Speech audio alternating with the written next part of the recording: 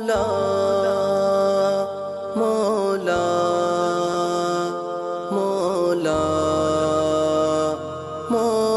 حضرت تھانوی رحمۃ اللہ علیہ فرماتے ہیں کہ میں صرف اپنے متعلقین پر غصہ کرتا ہوں جن کا مجھ سے اصلاحی تعلق ہو، اصلاحی تعلق ہے، شاگردی کا تعلق ہے، میں ان پر کرتا ہوں اور اصلاح کی نیت سے کرتا ہوں۔ جن کا مجھ سے تعلق نہیں ہو میں ان پر کبھی ناراض نہیں ہوتا، غصہ نہیں کرتا، کیوں؟ یہ غصہ اصلاح کے لیے ہوتا ہے۔ اور عجیب نسخہ بھی بتایا، حضرت تھانوی رحمۃ اللہ علیہ فرماتے ہیں کہ جب کسی کو غصہ آ جائے اس وقت فوراً سزا نہ دے۔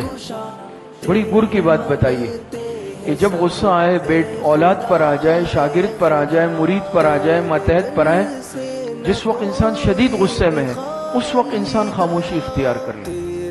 جب غصہ ٹھنڈا ہو جائے پھر انسان بلا کر اس کی جو بات تھی یا جو فعل تھا اس پر مصنوعی غصہ لا کر تنبیہ کی جائے تو اس میں انسان کبھی حد سے تجاوز نہیں کرے گا۔ مولا